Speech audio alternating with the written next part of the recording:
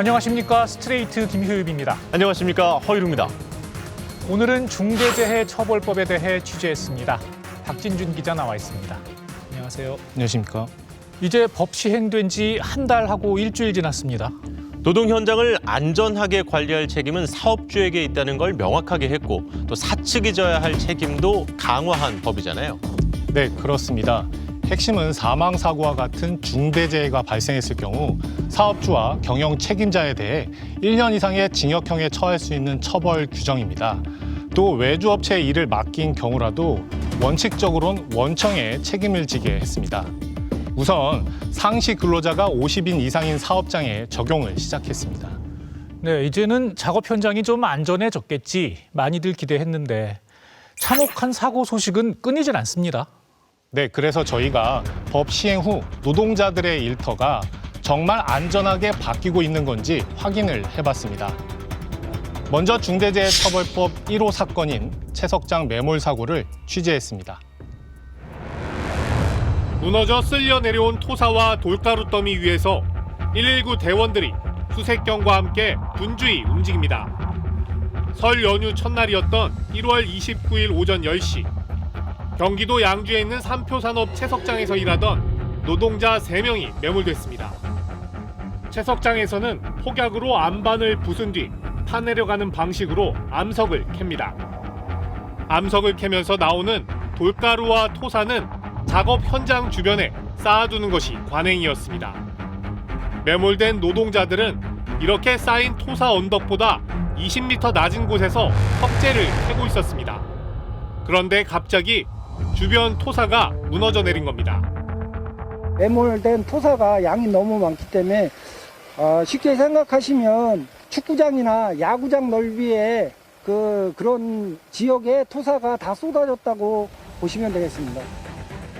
사고 바로 전날에도 폭약 약 1,800kg으로 돌산을 부수는 발파 작업이 이루어졌습니다.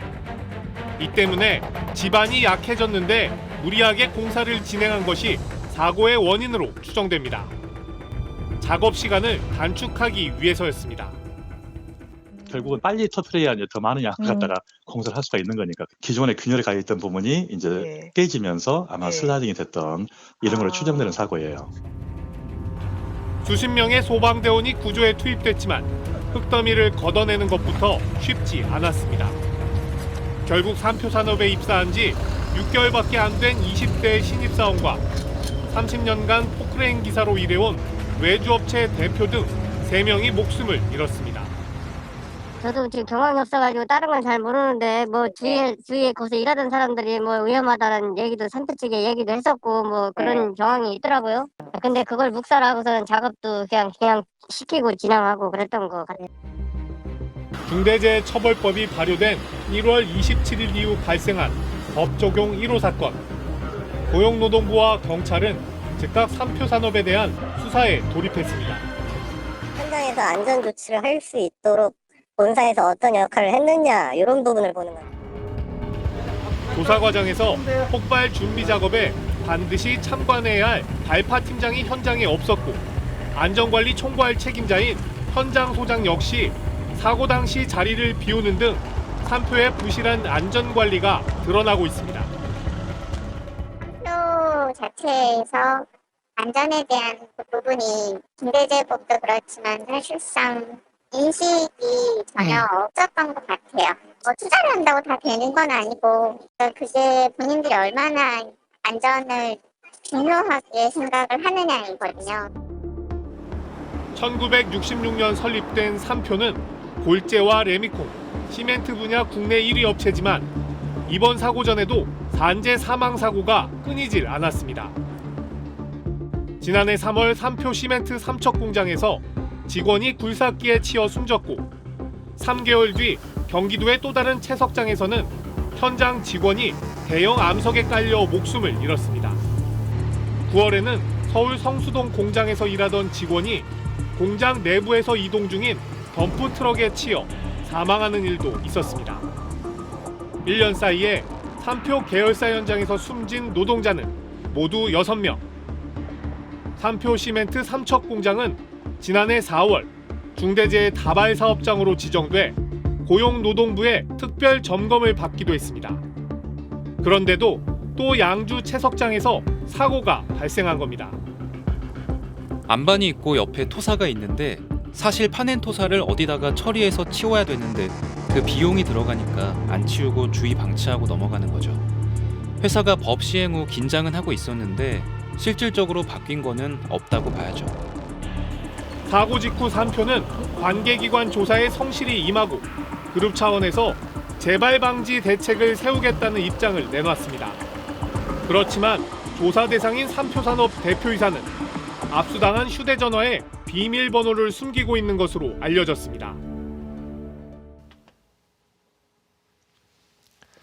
1년 사이에 무려 6명의 노동자가 숨졌는데도 바뀐 것 없이 또 이런 사고가 발생을 했다. 이 회사 안전관리에 뭔가 근본적인 문제가 있는 것 아닙니까? 네, 더 심각한 건 산표가 1호 사고로 주목을 받았을 뿐이지 다른 기업에서도 비슷한 사고가 계속 발생하고 있다는 점입니다. 법 시행 한 달 만에 화학공장, 건설 현장 등 50인 이상 사업장에서 9건의 사망 사고가 발생해 목숨을 잃은 노동자가 15명에 달했습니다. 더구나 이 숨진 노동자 대부분이 원청이 아니라 외주업체 소속이거나 일용직이었다고 하더라고요. 중대재해처벌법은 위험한 작업을 하청업체에 떠넘기는 걸 막자 이런 취지도 담겼는데요. 위험의 외주화라고 하죠. 이 문제 역시 개선이 이루어지고 있다 말하기는 어려워 보입니다. 눈발이 휘날리는 공장 담벼락 앞에 분향소가 차려졌습니다. 전남 여수산업단지에 위치한 여천 NCC 3공장. 지난달 11일 이곳에서 50일 된 아기를 둔 아버지와 30대 청년 등 4명의 노동자가 폭발 사고로 숨을 거두었습니다. 50일 되는 날 남편이 사고가 난 거예요. 여천 NCC는 대림과 한화가 5대5로 지분을 투자해 만든 회사. 벤젠과 톨루엔 등 각종 석유화학 산업의 기초 원료를 생산하고 있습니다. 사고 당시 이 공장에서는 열 교환기 세척 작업을 진행하고 있었습니다. 열 교환기는 화학물질을 만들 때 생기는 열을 식히는 온도 조절 장치로 내부에는 고압의 수증기가 흐릅니다. 사고 당일 세척을 마치고 열 교환기의 압력을 높이는 시운전을 했는데 갑자기 폭발이 일어난 겁니다. 서서히 셌으면 문제가 없죠. 근데 그 순간 압력을 많이 벗은 상태에서 그냥 쌍 터졌어요.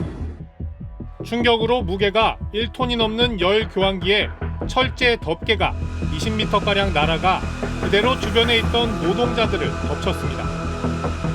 규정대로라면 이런 폭발에 대비해 방호벽이 설치돼 있어야 했지만 없었습니다.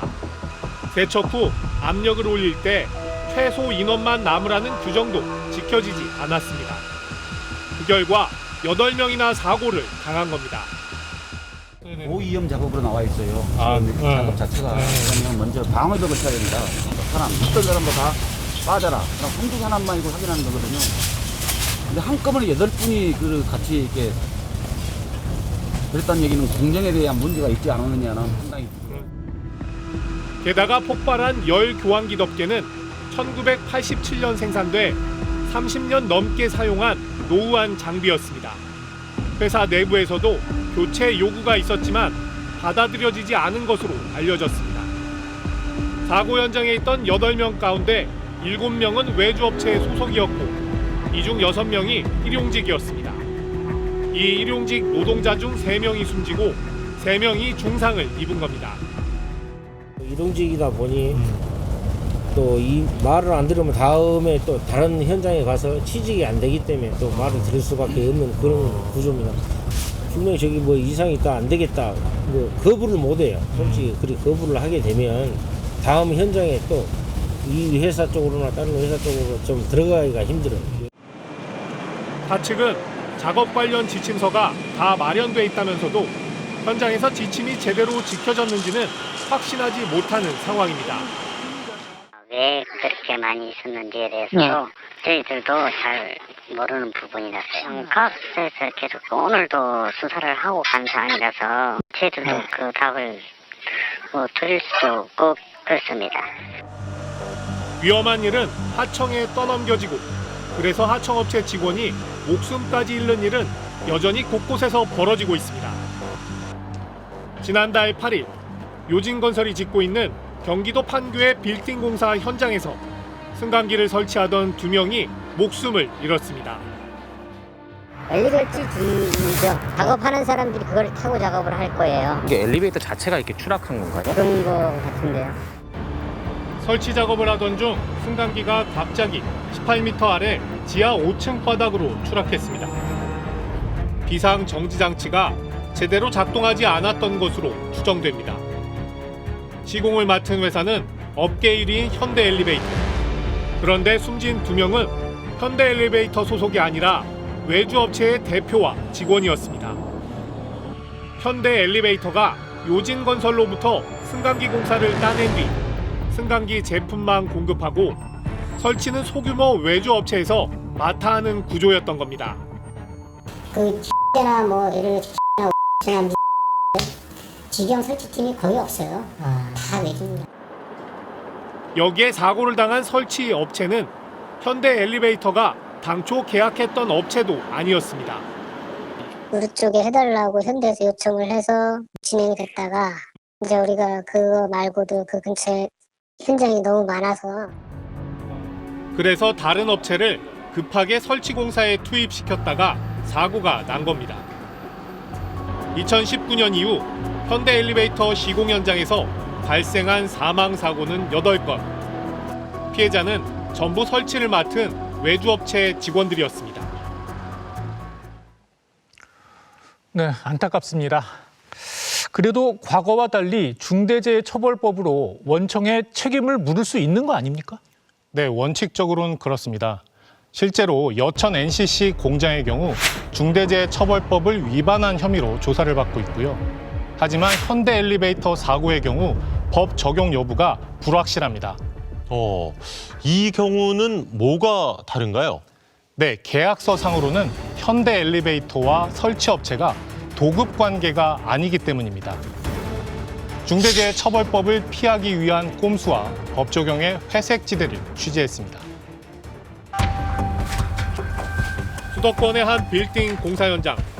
승강기 설치 작업이 이루어지는 천장 위로 올라가 봤습니다. 사방이 콘크리트 벽으로 막힌 답답한 공간에서 직원 혼자 작업을 진행합니다. 이런 높은 걸 때 혼자 작업을 하니까 아무래도 그게 불편하죠. 내일 지을 때도 그렇고 저런 걸 다 혼자 작업하는 거예요. 2명이 일하는 게 원칙이지만 혼자 작업하는 경우가 대부분입니다. 승강기 회사에서 받는 공사비가 빠듯해 설치 업체는 인건비라도 줄이려 들기 때문입니다. 저걸 2명이서 작업하면 좀 수월하게 작업할 텐데 혼자 작업하다 보니까 좀 힘도 들고 위험하긴 하죠. 그러다 보니까 저희도 항상 마음이 불안하고 혹이라도 뭐 안전사고 발생되면 누가 금방 구호를 못 하잖아요. 승강기 업계도 여느 공정과 마찬가지로 다단계 구조입니다. 브랜드를 앞세운 유명 승강기 업체가 건설사에서 공사를 따낸 뒤 승강기를 제조합니다. 그 뒤 실제 건물에 설치하는 건 외주업체에 맡깁니다. 현실은 이 계약 주체가 현대가 돼 있고요. 저희는 이렇게 현대에서 주는 계약서에 도장만 찍는 형식을 취하고 있는 거예요. 모든 메이저가 다 그렇습니다. 설치업체는 공사 일정을 비롯한 실질적인 업무 지시도 모두 승강기 회사로부터 받습니다. 말이 안 되는 게 인력 관리도 다 메이저 회사에서 해요. 출력 인원도. 내일 여기서 출근보고 합니다. 사실상 승강기 회사가 원청, 설치업체가 하청인 셈입니다. 그래서 중대재해처벌법대로라면 승강기 설치 중에 중대재해가 발생할 경우 승강기 회사는 법적 책임에서 자유로울 수 없습니다. 그런데 여기서 꼼수가 등장합니다. 바로 공동도급 계약서입니다. 승강기 회사와 설치업체가 동등한 자격으로 컨소시엄을 구성한 것처럼 건설사와 계약서를 작성하는 방법입니다. 이렇게 되면 설치업체는 승강기 회사로부터 도급을 받은 것이 아니라 건설사와 계약을 한 게 됩니다. 승강기 회사 입장에서는 사고 발생 시 책임을 면할 수 있는 길이 열리는 겁니다. 공동수급이라는 말장난을 하고 있는. 그러니까 이게 법을 피해가기 위해서 만든 계약서인 거죠. 구조적인 문제는 중대재해처벌법 이후 이런 꼼수 계약은 확산되고 있습니다. 중대재해처벌법 시행한다고 애고대고 이런 문항이 그쪽으로 발전하기 시작했기 때문에 왜냐하면 자기들은 빠져나가야 되니까. 이미 공사에 투입돼 한참을 일하다가 계약서를 받는 경우도 다반사입니다. 이번에 사고를 당한 현대 엘리베이터 설치 업체도 계약서 없이 일을 했고 사고가 나자 현대 엘리베이터가 공동 도급 계약서를 쓰려고 한 사실이 드러났습니다. 나중에 계약서를 쓴 거냐고 물었지만 현대 엘리베이터 측은 구체적인 답변을 하지 않았습니다. 지금 아시다시피 경찰하고 고용노동부 조사가 계속 진행되고 있는 상황이라서 그 부분에 대해서 이건 이렇습니다, 저건 저렇습니다 이렇게 말씀을 드리는 게 조심스러워서. 사주나 대표이사는 중대재해법 처벌을 피해가게끔 대비하는 기업들도 나타나고 있습니다. 법을 만들 때 재개 요구에 따라 애당초 모호하게 작성된 법조문을 이용한 겁니다. 중대재해법에 위반 시 처벌을 받는 사람은 경영 책임자로 돼 있습니다. 그런데 아래 조문을 보면 경영 책임자는 사업을 대표하고 총괄하는 권한과 책임이 있는 사람뿐 아니라 안전 보건에 관한 업무를 담당하는 사람도 포함됩니다. 이 문구만으로는 경영 책임자가 사주인지 최고 경영자인지 안전 담당 임원인지 모호합니다. 대표이사가 아닌 안전 담당 임원을 경영 책임자로 내세워 방패막이로 쓸 수도 있는 겁니다. 대표이사 처벌을 면피하려고 만든 거죠. 대표이사가 뭐 당장 책임 있으니까 일단 그런 거 만들어 놓고 그쪽으로 뭐 법적인 문제가 생기면 다툼에 들어가겠다라는 태세인 거죠. 현대, 삼성, 한화 등 대기업 건설사들은 최근 앞서거니 뒤서거니 안전관리 조직을 확대하거나 담당 임원 자리를 만들었습니다. 중대재해처벌법에 안전관리 시스템을 구축하도록 돼 있어 조직을 강화한다는 게 명분입니다. 하지만 노동계는 이른바 총알바지를 세워놓고 사주는 피해가려는 의도가 아닌지 의심하고 있습니다. 핵심은 그거예요. 어떻게 하면 이 법의 적용을 받지 않는가, 법망을 어떻게 하면 피해 나갈 수 있는가에 대한 그런 이제 법적인 투자, 그 비용은 엄청나게 쏟아붓는 걸로 보여요. 법 적용 시점을 두고도 논란이 일고 있습니다. 국내 최대의 유통 플랫폼 기업 쿠팡. 작년 크리스마스 이브에 동탄 물류센터에서 일하던 50대 여성 노모 씨가 뇌출혈로 쓰러졌습니다. 도평이 불이 나면서 동탄으로 옮겨와서는 최악의 상황이라고 얘기를 했어요. 항상 내가 죽을 것 같다는 얘기를 입에다 달고 살았고, 내가 여기를 벗어나기 위해서는 죽어서 나가는 수밖에 없다는 얘기를 했고. 노 씨가 숨지기 전 관리자와 메신저로 나눈 대화 내용입니다. 관리자가 날짜별로 물건을 쌓으라고 지시하자 노 씨는 자키를 가지러 간다고 답합니다. 자키는 무거운 물건을 옮길 때 쓰는 철제 수레입니다. 원래 노 씨가 맡은 일은 전산 업무였지만 사실상 사가차 같은 물류 업무까지 온갖 일을 다 했다고 합니다. 서포터분들은 공간이 비거나 인원이 비거나 뭐 갑자기 응급하게 필요하거나 물량이 이게 증폭되거나 그런 상황에 이렇게 즉시 투입되는 분들이라고 보셔야 될 것 같습니다. 서포터분들이 본인들을 잡부라고 표현합니다.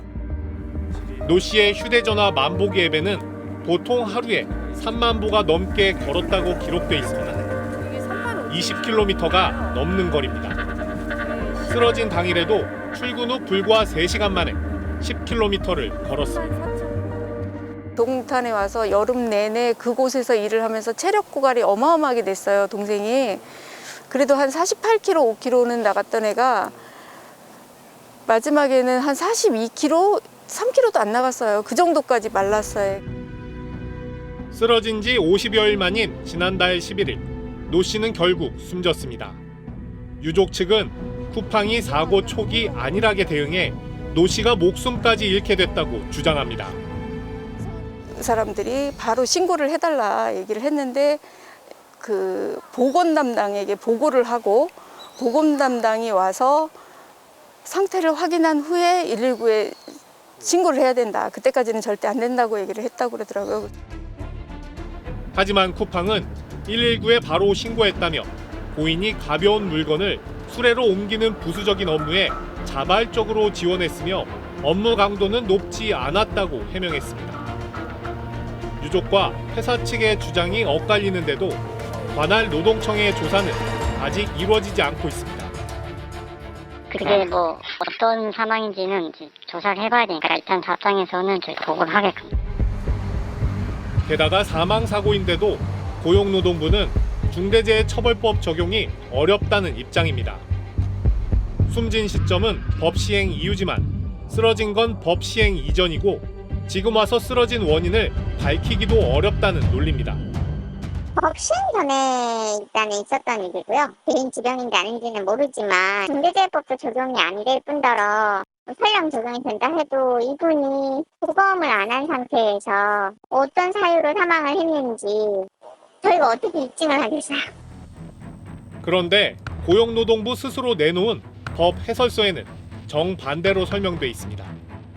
해설서에서는 사망은 부상 또는 질병이 발생한 날부터 일정한 시간이 경과한 이후에 발생할 수 있기 때문에 중대산업재해는 종사자의 사망 시에 발생한 것으로 봐야 한다고 명시했습니다. 사망 시점을 기준으로 해야 한다는 뜻입니다. 강도 높은 노동 강도 등 업무상의 이유로 사망한 경우다라고 하면은 과로사가 맞고 중대재해에 해당합니다. 고용노동부가 중대재해를 지정하고 특별근로감독 등을 통해서 이 사고 조사를 시작해야 되는 게 맞습니다. 더구나 쿠팡 물류센터에서 비슷한 사망 사고가 이미 수차례 발생했습니다. 재작년 10월 칠곡센터에서 일하던 20대 청년이 근육이 녹아내릴 정도의 노동 강도를 견디지 못하고 숨졌고 지난해 1월에도 50대 여성이 물류센터 화장실에서 쓰러진 채 발견됐습니다. 2020년부터 쿠팡에서 일하다 죽은 노동자는 모두 10명입니다. 당시에도 쿠팡은 과도한 업무가 아니었고 근무 시간을 준수했다며 이번 사고와 비슷한 입장을 내놨습니다. 이미 누적되어 왔던 이런 문제가 있다 그런다 그러면 어떤 식으로든 간에 이 문제에 대해서 원인을 좀 밝히고 그걸 조사하고 그것들을 해결할 수 있고 예방할 수 있는 방법들을 논의를 해야 되는데 그런 활동을 기울이지가 않습니다. 네. 그런데 한 가지 궁금한 점은요. 지금까지 우리가 살펴본 현장들은 어쨌든 법의 적용을 받고 있는 50인 이상 작지 않은 사업장들이잖아요. 그렇죠. 50인 미만 사업장은 2024년부터 적용받게 돼 있죠. 네, 규모가 작은 업체들에게 시간을 더 준 겁니다. 갑자기 안전 관련 업무와 비용이 늘어나면 경영에 어려움을 겪을 수 있기 때문이죠. 물론 그 취지를 이해 못하는 건 아닙니다만 오히려 작은 사업체에서 이 안전과 관련해서는 더 취약할 수도 있다. 이런 걱정이 좀 되는데요. 네, 맞습니다.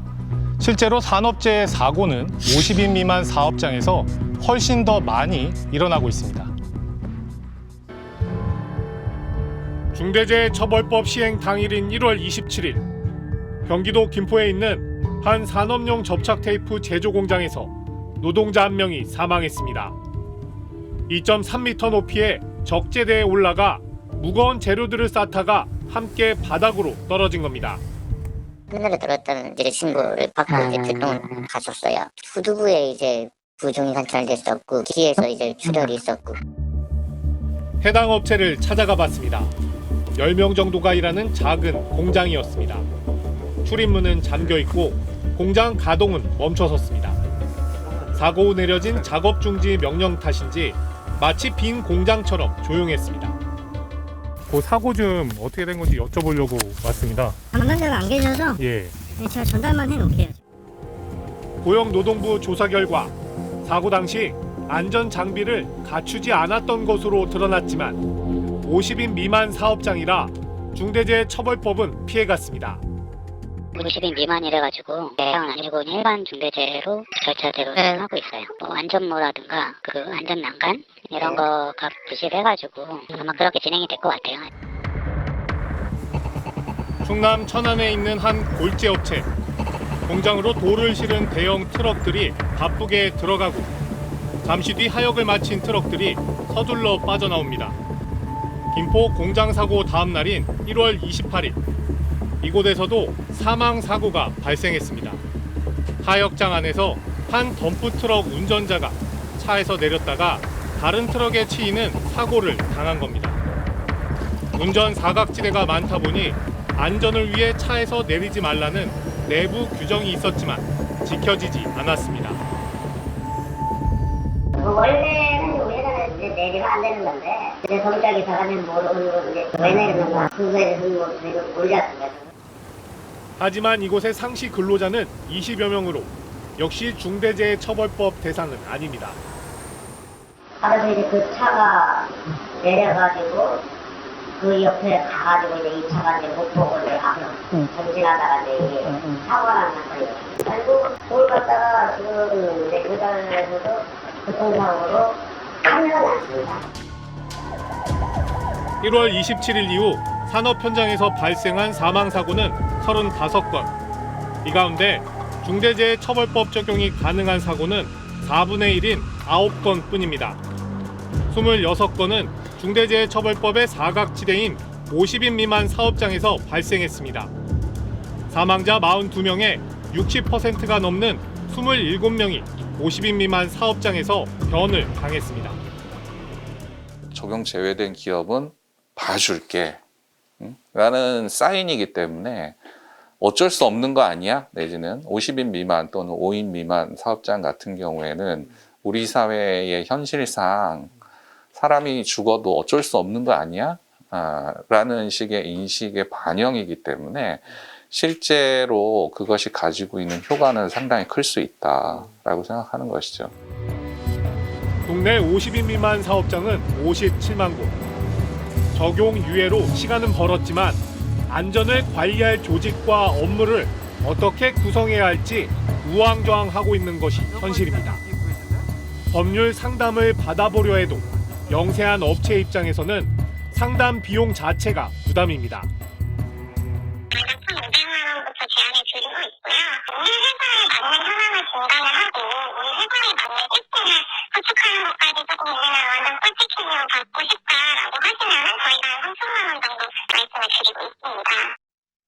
혼란한 유예 기간, 소규모 업체들에겐 현장을 점검해 위험 요인을 진단하고 개선해야 할 부분을 컨설팅하는 정책적인 지원이 절실합니다.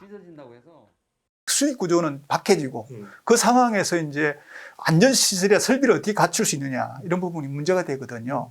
그래서 정부가 이런 부분들에 대해서 충분히 공급할 수 있도록 최대한 뭐 어떤 컨설팅하고 지원하고 이렇게 하는 노력을 해야 되고 매년 산재 사망 사고의 80% 이상이 50인 미만 사업장에서 발생합니다.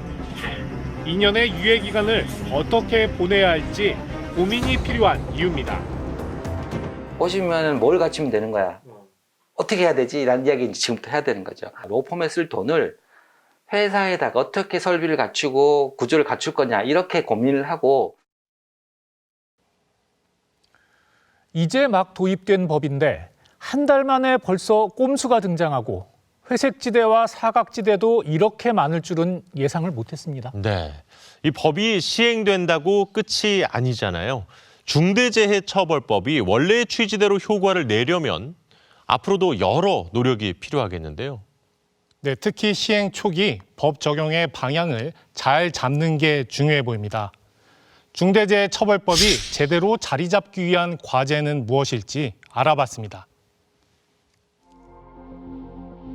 지난달 10일 대전지법 서산지원, 태안화력발전소에서 사망한 고 김용균 씨 사고와 관련해 사측의 책임을 물은 1심 판결이 나왔습니다. 먼저 김용균 씨를 고용한 하청업체의 대표인 백모전 한국발전기술 사장은 징역 1년 6개월에 집행유예 2년을 선고받았습니다. 하지만 원청회사 대표였던 한국서부발전의 김모전 사장에 대해서는 무죄가 선고됐습니다.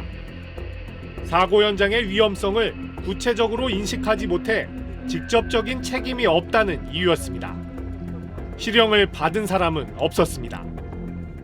사람이 죽었으면 그에 응당한 처벌이 있어야죠. 왜 원청은 잘 몰랐다는 이유로 더 빠져나가고.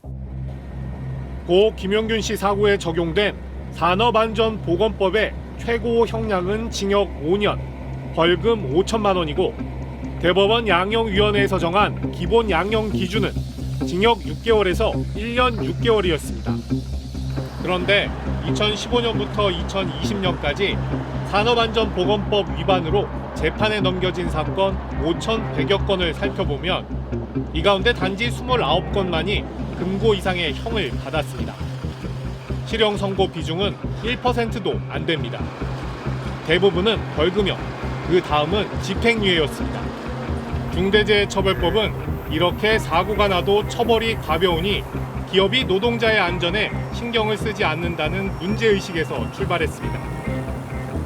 중대재해처벌법이 도입되면서 이제 사망사고가 나면 사업주나 경영 책임자는 1년 이상의 징역형 또는 10억 원 이하 벌금형에 처해질 수 있고 회사는 50억 원 이하의 벌금이 부과될 수 있습니다. 하지만 재계는 책임져야 할 범위가 너무 넓다며 여전히 반발하고 있습니다. 예컨대 사업주가 실질적으로 지배, 운영, 관리하는 사업이라는 표현이나 재해 예방에 필요한 조치 등의 문구는 포괄적이고 불명확하다는 겁니다. 모호한 내용과 과잉 처벌 등 많은 비판에도 불구하고 충분한 검토 및 논의 과정 없이 법이 제정되었고 모든 기업의 CEO가 잠재적인 범죄자 신분에 놓이게 되는 등 부작용이 커질 것으로 예상이 됩니다. 그러나 일부 기업들은 역으로 법조항의 모호함을 이용해 벌써부터 면피성 대책 마련에 골몰하고 있습니다. 안전담당 임원 자리를 만들어 사고가 나면 사주나 대표 대신 처벌받을 총알바지, 바지 사장으로 세워놓는 게 대표적입니다. 작년부터 검토 들어가서 그 현장에 있는 그런 관련 서류도 본사에 있는 관련 서류도 보내서 자문 받아서 하고 있고요. 그 서류나 우리 회사의 제도 이런 것들 그런 것들을 보고 이 문제가 생겼을 때 누가 과연 진짜 이 책임을 져야 되는지 이제 자문식으로 해주는 거죠. 결국 중대재해처벌법도 실제 적용을 어떻게 할지 향후 진행될 수사와 재판의 방향이 중요합니다. 사업을 대표하고 사업을 총괄하는 사람을 경영 책임자로 명시해 놨는데 자기가 자기의 책임 일부를 누구한테 떠넘긴다고 해서 기소가 안 될까요? 신분이 아닐까요? 그렇지 않거든요. 우리나라의 산재 사망 사고에서 기업에 부과되는 벌금은 평균 500만 원 수준. 개인의 책임으로 꼬리 자르기 하지 않도록 회사에 대한 벌금도 무겁게 매겨야 한다는 주장도 나옵니다. 사고가 나면 회사가 최소한 벌금은 이만큼 물어야 한다는 하한선을 두자는 겁니다. 현재 50억 원 이하라는 상한선만 있는데 1억 원이나 2억 원의 하한선을 두자는 개정안도 발의돼 있습니다. 벌금도 보면 그 기업 경영에 아무런 영향을 미치지 않는 이런 수준으로 선고를 해버리면 정말 어렵게 만든 이 기업처벌법 이 또다시 우리는 또 다른 또 법을 또 시도해야 되는 이런 불행한 사회가 됩니다. 그렇죠. 예, 그렇게 해서는 안 되죠. 중대재해처벌법의 모델이 된 이른바 기업살인법을 시행하고 있는 영국도 기업에 실질적인 경제적 손해를 주는 방향으로 법을 적용합니다. The average penalty that was in terms of a fine that was imposed by the courts was £110,000 per offence, which I understand, if I've got my conversion correctly, is approximately 160 million won, which is a much nicer, larger number to fit. But these are significant penalties. So companies realise if they get it wrong, they will be held to account in a very significant. 무엇보다 중요한 건 무거운 벌을 주는 데 머무는 것이 아니라 이를 통해 노동 환경이 개선되는 변화가 자리 잡을 때까지 나아가야 한다는 점입니다. 작동의 취지는 말 그대로 처벌하자는 게 아니고 처벌을 다 하는 게 아니야. 법을 지키고 관리하면 처벌 안 되는 거야. 라는 것들을 이해하고 그 취지를 가져야만 처벌이 능사가 아니라는 이야기 효과가 있는 거 아닙니까? 중대재해처벌법. 이름에는 처벌이 들어가지만 방금 들으셨던 것처럼 이 법을 어겨 무거운 벌을 받는 사람을 많이 만드는 게 그 목표는 아닐 겁니다. 법망을 피해갈 게 아니라 산업재해를 줄여서 법 적용 받는 일 자체를 줄이는 것. 그래서 노동자도 경영자도 더 안전해지는 게 이 법을 만든 진짜 이유일 겁니다. 끈질긴 추적 저널리즘 탐사기획 스트레이트. 저희는 다음 이 시간에 다시 찾아뵙겠습니다.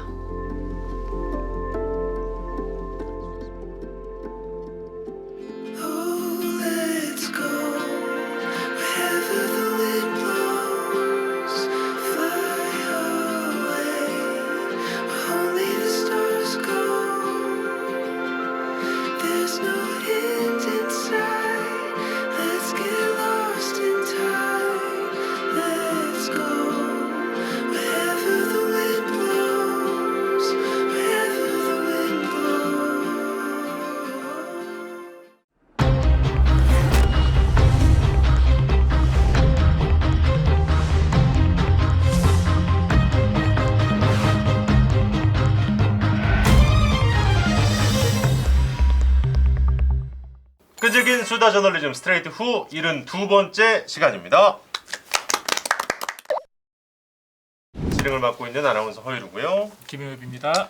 안녕하십니까, 박진준입니다. 네, 그리고 오늘 또 취재기자 박진준 기자가 귀한 손님 한 분을 또 초대를 했습니다. 소개해 주시죠. 한국노동사회연구원 선임연구원이신 김종진 박사님이십니다. 네, 어서 오십시오. 네, 안녕하세요. 아유, 또 주말에 또 시간 내주셔서 감사합니다. 불러주셔서 감사합니다. 예.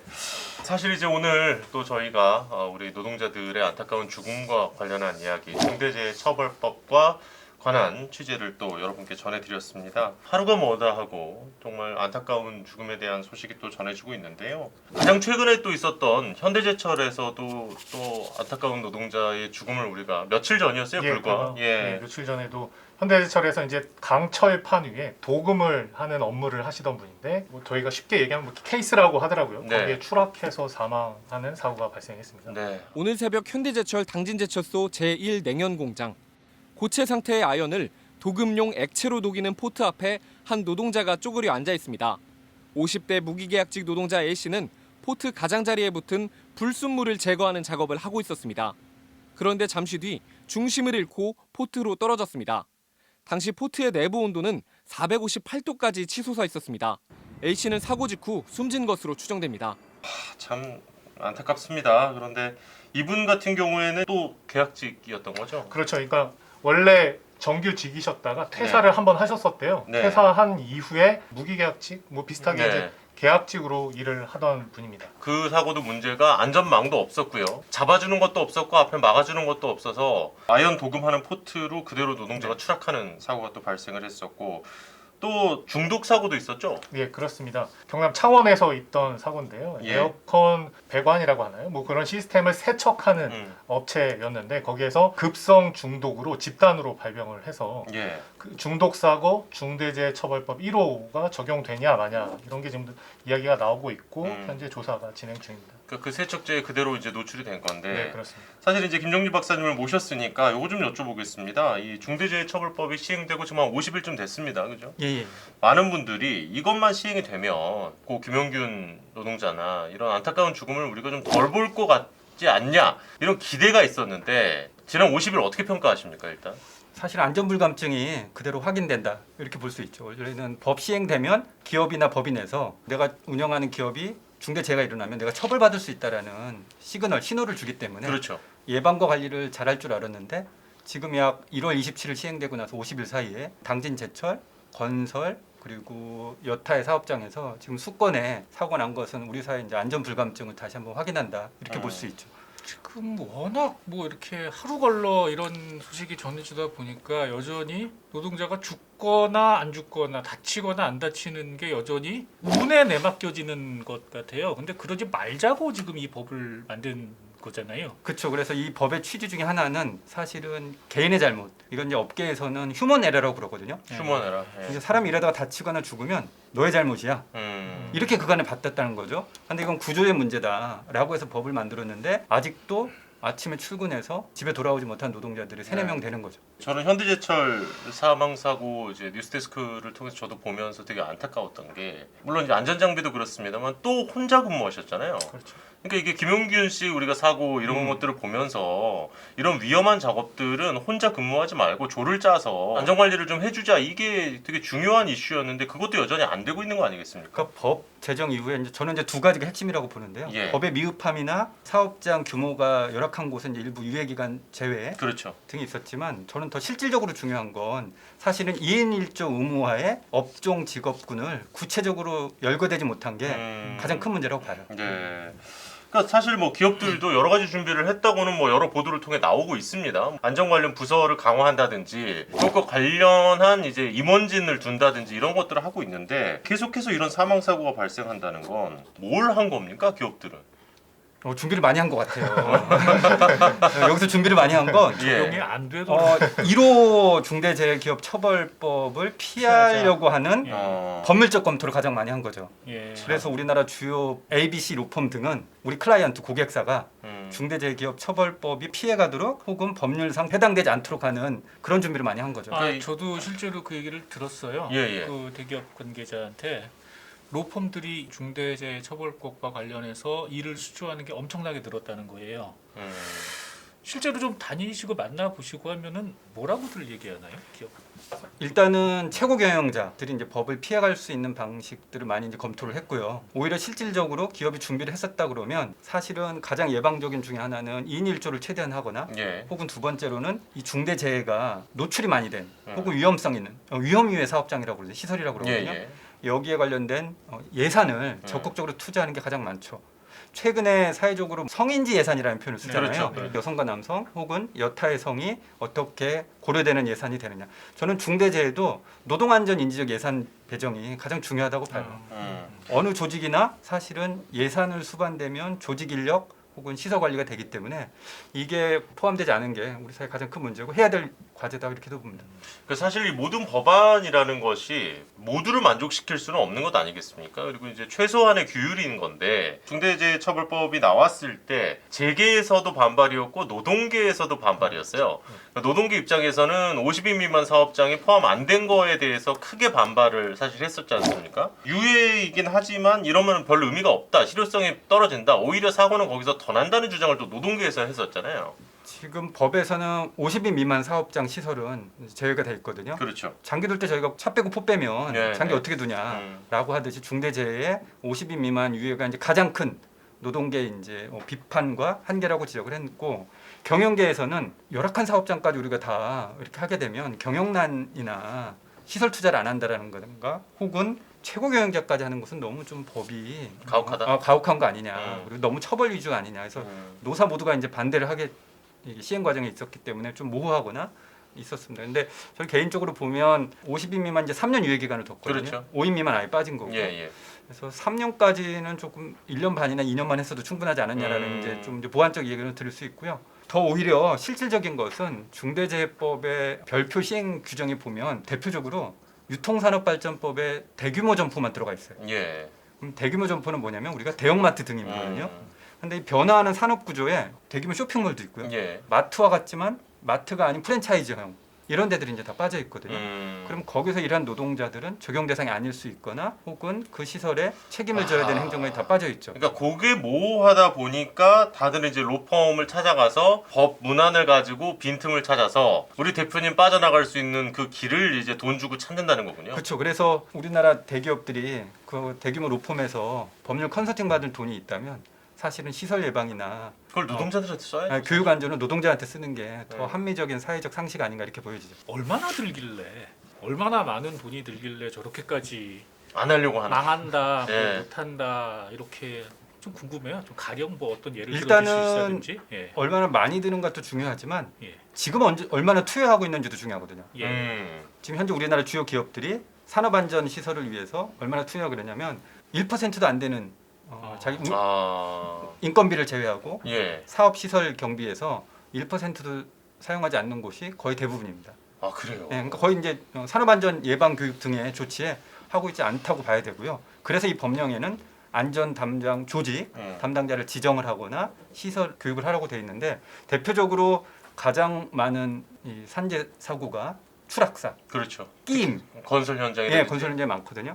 그러면 추락을 예방하기 위해서 전문 업계 용어로는 시스템 비계라고 그럽니다. 네. 예, 이 난간에서 이 난간을 지나갈 때 이제 잘 이렇게 하도록 그렇죠, 그렇죠. 좋은 시설은 한 2, 3천만 원 되거든요. 그런데 이제 일부 건설 시공 단가가 낮은 곳은 소위 말해서 합판 같은 거 그냥 하나 얹어 놓는 거죠. 예, 그런 데들이 이제 5인 미만이나 50인 미만에 추락 사고 있어서 결국은 현재 1%도 쓰고 있지 않는 이 예산의 비중을 적어도 점진적으로 예. 기업의 사업 경비에서 안전 예산을 쓰도록 하고 두 번째로는 영세 기업에게는 그 시스템 비계와 같은 시설 지원을 하는 게 중요하죠.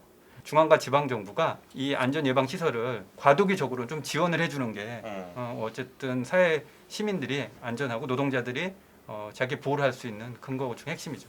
저도 이게 취재하면서 건설회사들 직원들한테 얘기 들었더니 이제 조직 개편했잖아요. 예. 저희가 말씀드린 조직 개편했는데 그럼 현장에 돈 얼마 썼어요? 그랬더니 아니 무슨 돈을 써요? 예산 반영 아무것도 안 했어요라는 얘기를 하더라고요. 그러니까 그게 현장에서 반영이 되려면 이미 작년 사업에 예산이 다 반영이 되고 짜져 있어야 되는데 그렇죠. 당장 일단 조직 개편되고 나서 무슨 예산을 반영을 하고 고려를 하겠냐 이런 현실적인 얘기를 좀 들었습니다. 이게 다른 그냥 일반적인 기업 활동 규제와는 좀 본질적으로 다른 얘기잖아요. 이게 무슨 찬반이 있고 뭐 골목 상권은 뭐 이렇게 해서 하지 말자 뭐 이런 얘기가 아니라 사람의 목숨이 오가는 기본적인 안전의 문제인데 말씀하신 것처럼 다른 틀에서 완전히 좀 생각을 해야 되는 게 아닌가 좀 생각이 좀 듭니다. 우리가 이제 사회적 다툼이나 논쟁이 있을 때 가장 준거가 되는 게 헌법이거든요. 대한민국 헌법 32조에는 근로조건은 인간의 존엄성을 유의하도록 되어 있고 34조에는 재해가 발생했을 때 보호할 권리 의무가 명시적으로 있어요. 그러면 그 기준에 맞춰서 사실은 중대재해법의 취지에 부합하게 경영계의 책임 조치 그리고 의무해야 될 기준 그리고 양형 그리고 처벌이 수미일관되게 되어야 되는데 우리 기업들이 저는 이제 개인적으로는 그러면 얼마를 써야 되냐라고 한다 그러면 대표적으로 끌고 올 수 있는 기준 중에 하나가 대규모 기업은 그러니까 300인 이상 대기업은 전년도 매출 이익의 3% 5% 전후로 사내복지 근로기금을 이렇게 적립해서 직원들의 복리 의상을 쓰도록 돼 있어요. 저는 그 기준 정도는 갖고 와야 되지 않냐. 전년도 영업의 매출의 3, 4% 정도는 안전을 위해서 투도록 하고 초기의 연착륙이라고 표현하잖아요. 쉽게 제도화하기 위해서는 중앙정부가 여기에 대한 기준을 수립을 해서 그 기업에게 이제 우리가 처벌하는 네거티브 방식도 중요하지만 이것을 실행하는 기업들에게 인센티브 방식을 통해서 중앙정부에 조달 계약할 때 3% 하셨어요. 그러면 이제 가점을 주는 방식으로 하면 사실은 작동의 메커니즘이 더 좋죠. 그래서 국가계약법과 지방계약법에 그런 걸 수립을 하면 대단히 필요한 기준이죠. 지금 박사님 얘기하신 것처럼 실제로 기업이 ESG 경영도 마찬가지입니다만은 이걸 잘 지켰을 때 우리 기업에 이익이 된다라는 게 명확하게 이제 오너들이나 이제 경영인들에게 인식이 돼야 실제로 할 거 아니겠습니까? 그래서 그런 이런 의견들은 참 좋네요. 우리가 법안을 다툼할 때 1년 이상 징역이냐 아니냐 처벌에 30억이냐 50억이냐 이 기준만 따졌지 이게 작동하기 위한 메커니즘에서 재정적 요인만이 아니라 비재정적 요인을 하고 하는데 여기에서 얼마의 산업안전에 예산이 투여될지는 사실은 논의되지 못한 것이 사실은 그 과정에서 조금 안타까운 아쉬운 점이 있죠. 2인 1조를 우리가 예를 들어서 A라는 건설회사가 국가나 정부 공공기관의 발주를 수주할 때 적어도 2인 1조를 3분의 1 정도 하겠습니다라고 하는 확약서도 사실은 제출하는 게 가장 현장에서 작동 메커니즘이 사실은 실효적이죠. 이런 부분들은 조금 혹시나 좀 실질적으로 이런 걸 좀 행사하실 수 있는 분을 아는 분이든 그분이 보진 않을 것 같으니까 그러면 좀 이런 거는 건의를 좀 해주시면 정말 좋겠다 이런 생각이 사실 들고요. 스트레이트 이후가 안 보시나요? 제가 볼 때 그 정도 되는 분들은 안 보실 것 같긴 해요. 그렇긴 합니다만. 근데 이게 또 중요한 게 그렇기 때문에 우리 시청자 여러분들이 많이 봐주시고 이런 내용에 대해서 공감을 해주시는 게 결국 여론이 되기 때문에 그럼요. 그래서 지금 또 박사님 이런 얘기는 참 좋은 것 같고요. 아까 말씀해 주신 것처럼 50인 미만 사업장은 이제 2024년까지 유예가 되는데 전혀 지금 준비가 안 되고 있겠는데요. 그러면 그쪽은? 제가 학교도 강의를 나가는데요. 이제 중간고사, 기말고사 볼 때쯤에 미리 이제 고지를 하거든요. 먼저 공부한 학생은 많지 않습니다. 저는 우리나라 기업들도 이 중대재해처벌법 관련한 것도 시행하는데 1년 있었거든요. 그렇죠. 그리고 유예하는데 또 50인 미만 3년을 이제 뒀는데 아마 목에 닥쳐서야 될 거라 생각이 들고 우리나라 법령상에는 유예 기간 동안에 정부가 관계부처가 이해 당사자들 협의 과정만 하거든요. 저는 이 협의 과정의 단계적 프로세스도 좀 적극적으로 할 필요가 있다고 봐요. 그래서 대표적인 산재 사망이 많이 난, 특히 중대재해가 많이 난 업종의 관계자들에게 6개월 사이에는 준비해야 될 것이 무엇이고 이런 것을 체크리스트를 만들어서 산재 예방 프로세스를 만드는 것도 중요하다 봅니다. 결국 이런 법을 계기로 지금 말씀하신 것처럼 쭉 시스템화 되는 게 재해를 막는 가장 중요한 맞습니다. 게 아닌가 싶은 게 이런 게 없으면은 다치거나 목숨을 잃는 노동자도 재수가 없어서 이렇게 생각할 수밖에 없는 상황이 되고 또 처벌법이 있어도 제대로 시스템화 되지 않으면 걸린 기업들도 내가 재수가 없어서 하필이면 또 왜 우리 회사에서 이런 일이 벌어졌나 이 정도로밖에 얘기가 진전이 안 될 것 같더라고요. 지금 법안으로 보면 사실은 입구는 막아놨지만 하지만 출구는 다 열어놨거든요. 모호하거나 피해가게. 그래서 이제 준비 과정도 50미 미만은 좀 연차별로 로드맵을 만들어서 하는 게 중요할 것 같고요. 그렇지 않으면 아파트 공화국 다음에 가장 많이 기억하는 게 산재 공화국이라는 표현이거든요. 여기서 우리가 벗어날 수 없다. 아마 정치적 환경이 변하면 또 3년쯤 돼서 재계, 경영계의 목소리가 반영이 돼서 또 유예될 수도 있습니다. 네. 그렇기 때문에 지금 먼저 시행에 들어간 50인 이상 사업장에 대한 관리 감독 중요하다. 그리고 그분들이 어떻게 하느냐 더 큰 회사 하는 걸 보고 50인 미만 사업장이 우리도 정말 이걸 제대로 안 하면 큰일 나겠구나 아니면 이거 대충 뭉개도 되는구나 이런 결정이 날 거기 때문에 2년에 남아있는 유예 기간 동안 지금 이미 시행하고 있는 이 회사들을 정말 우리가 잘 설득하고 그리고 뭐 움직일 수 있는 요인도 좀 주고 해서 이렇게 만들면 될 것 같습니다. 자, 오늘 또 한국노동사회연구원의 김종진 박사님 모셔서 미처 몰랐던 그리고 정말 좋은 대안과 실행 방향까지 들어봤습니다. 귀한 시간 내주셔서 다시 한번 감사합니다. 감사합니다. 네, 박사님과 이야기를 좀 나눠봤고 저희가 또 이제 셋이 남아있는 이유는 저희 또 AS 해드려야죠. 박진윤 기자가 취재했었잖아요. 네네네. 화물차의 번호판이 자꾸 생겨서 화물차 대수가 늘어나는 되게 기이한 현상에 대해서 취재를 하셨고 실제로 이제 한 그 지방자치단체의 담당 공무원은 등록이 되면 안 될 것들을 찍어내주는 것까지 이제 박진윤 기자가 또 취재를 했는데 이 보도가 또 영향력이 있었나 봐요. 네, 오늘 그 관련해서 속보가 좀 있어서 말씀드리려고 하는데요. 네네. 저희가 취재 갔던 그 홍성군청이었습니다. 홍성군청의 당시 담당 공무원이 지난달 중순쯤 구속됐더라고요. 그러니까 관련 업무를 얘기를 들어보니까 오랫동안 좀 해왔고 저희가 취재 도중에 밝혔던 그 화물차 번호판 개수보다 훨씬 많은 숫자를 발행하면 안 되는데 이제 해준 거죠. 근데 그 대가로 한 2억여 원의 돈을 받았다는 게 이제 경찰에서 드러났습니다. 그래서 그 공무원 구속됐고 그 업자들도 같이 구속된 상황입니다. 지난해 12월 경찰이 홍성군청 별관을 압수수색했습니다. 신규 발급이 제한돼 시세가 수천만 원에 달하는 이른바 가짜 화물차 번호판에 불법 거래를 수사하던 경찰이 홍성군 공무원의 연루 정황을 포착한 겁니다. 홍성군은 지난해 2월부터 9개월 동안 신규 발급이 안 되는데도 대형 화물차 번호판 43개를 새로 발급했습니다. 신속도는 근데 거의 그대로 확인했지만 해주고 있어서 잘못해준 거겠죠. 지금 확인을 제대로 못하고. 경찰 조사 결과 담당 공무원인 이모 씨는 이 과정에서 홍성 지역 화물차 운송업자로부터 뒷돈 2억 원가량을 챙긴 것으로 드러났습니다. 이 씨는 이렇게 챙긴 뒷돈을 주식과 가상화폐 투자 등에 탕진한 것으로 전해졌습니다. 경찰은 이 씨를 뇌물수수 혐의로 검찰에 넘겼고 번호판 불법 거래를 주도한 운송업자 2명의 구속영장을 신청했습니다. 그리고 또 이제 국토부 장관의 특별 지시가 있었다는 거 아니겠어요? 네, 그 저희 방송을 봤다는 얘기를 들었습니다. 보고 나서 엄청 화를 내셨다고 하더라고요. 아직도, 장관이? 아직도 이렇게 이 번호판 시장이 이렇게 돌아가는 게 말이 되냐. 그래서 이제 실무자들한테 제대로 좀 시스템을 다시 갖춰라라는 지시 사항이 있었다라는 얘기들을 하셨습니다. 어쨌든 그렇게 돼서 또 우리 박진준 기자의 화물차 번호판 보도가 실질적인 변화를 이끌어내는 중이다. 이런 말씀 드리겠습니다. 자, 오늘 여기까지 하면 될 것 같습니다. 오늘도 상당히 긴 녹화 수고 많으셨고요. 박진준 기자의 클로징 듣고 오늘 마무리 짓도록 하겠습니다. 구독, 좋아요, 알림 설정, 본방사수. 감사합니다. 고맙습니다. 본방 녹화 때 좀 이렇게 깔끔하게 하라고. 본방 녹화 때. 어렵다고요.